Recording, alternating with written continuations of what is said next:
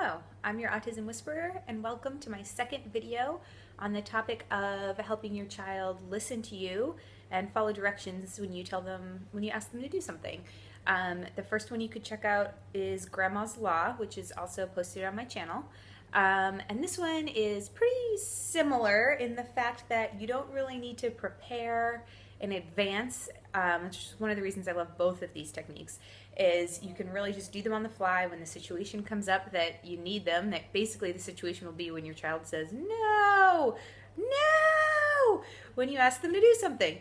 So I think if you know both of them, that's really ideal. And they're both really easy to learn. You can check out Grandma's Law in the other video. And this strategy is basically just giving a choice. It's pretty simple and, again, super effective.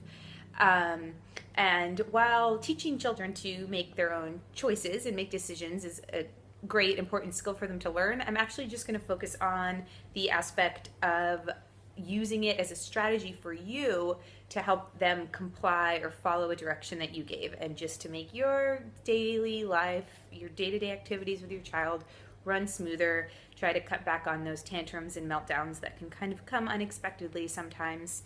And I think that knowing these strategies is really effective for both if your child has autism or not. It really works for all children. So the real meat of this choosing strategy is basically just trying to cut down on how much you're telling your child to do something. If you think about a typical day with your kid, you're basically placing demands on them constantly. I mean, you're their parent and they're a young child, so you sort of have to, but you can kind of be conscious of the way you word these things, and that can make a huge difference. If you thought about it, if you had someone going through your day just telling you to do everything that you had to do, it would like drive you crazy, you'd like, stop.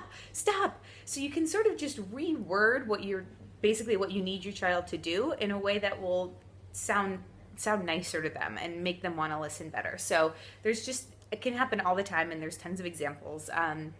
Maybe you have to go get in the car and you just tell your kid, okay, go walk to the car, get in the car, and they're saying no. Well, maybe instead you could say, do you want to fly like a bird or do you want to hop like a bunny to the car? And then maybe they'll pick one, and then you'll be like, okay, and then start hopping or start flying while you walk to the car, just to make it a little more exciting, make it feel like they had some of the choice in the matter, and that they're not really doing what you told them to, they're doing what they said they wanted to do.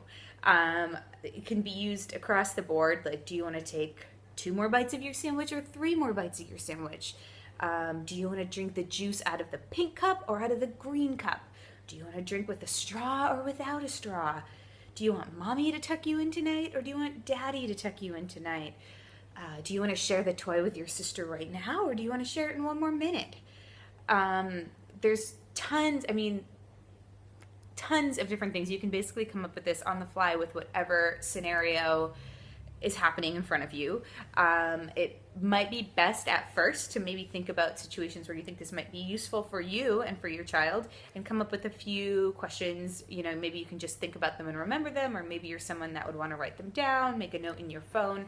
But the more you use it, the more you'll be able to do this on the fly all the time, and it can be really effective.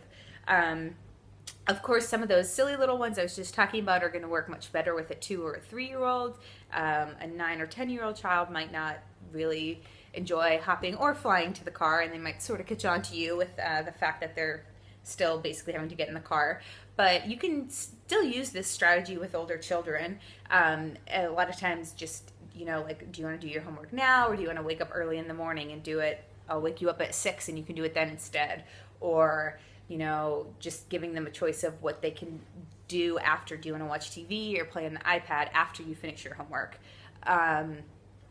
You just kind of have to cater it to your child's level, their age, and what the actual task is that you're trying to get them to complete. Something to keep in mind, especially for the younger children, is that they will very often pick the second choice that you give because it's the thing that you had just said, whether it's actually what they want to do or not. So you can sort of do this, use this to your advantage, although they will catch on, especially if it's like something is much more desirable than the other one. But you could maybe, word it, instead of saying, do you want to share with your sister now or in 1 minute? If you just switch that around and say, do you want to share the toy with your sister in 1 minute or right now? Then they might be more likely to choose the second one, which is right now, which is maybe the one that you would have preferred that they pick.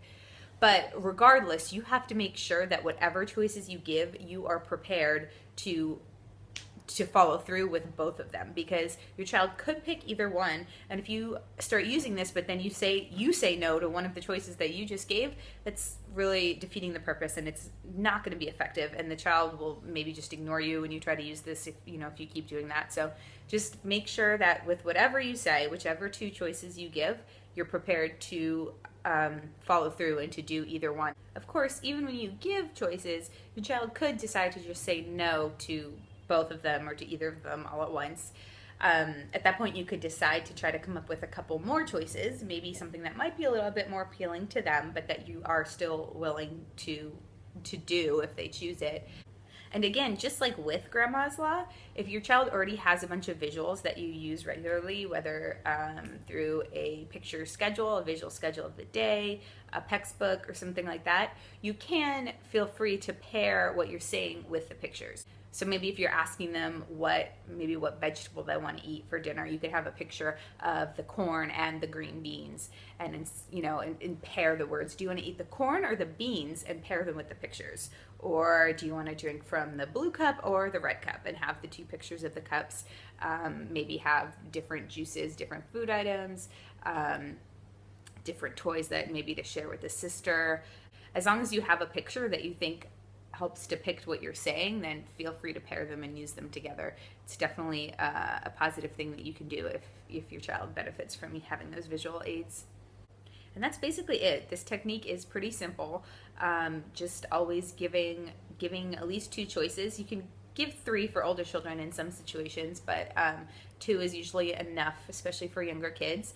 And just really paying attention to how you're wording it. Instead of giving a demand, like, put your shoes on, bring me your shoes, you could be like, do you want to bring me your white shoes or your brown shoes? And it just changes the entire dynamic of that communication exchange, and it makes the children much more inclined to do one of the things that you ask. And so just keep practicing how you trying to come up with those questions really quickly, and coming up with ones that will either way ultimately get what you need to happen, and your child will be much more likely to actually do it and to not get upset about it, not give you a no or a tantrum or something like that when you're basically telling them to do something, if you word it in this question sort of way. Well, thanks for watching. If you haven't seen the Grandma's Law video I've been referencing, be sure to check that one out because it's pretty similar. It's another really simple technique that you can use on the fly. And I hope you find these helpful with your child. Thank you.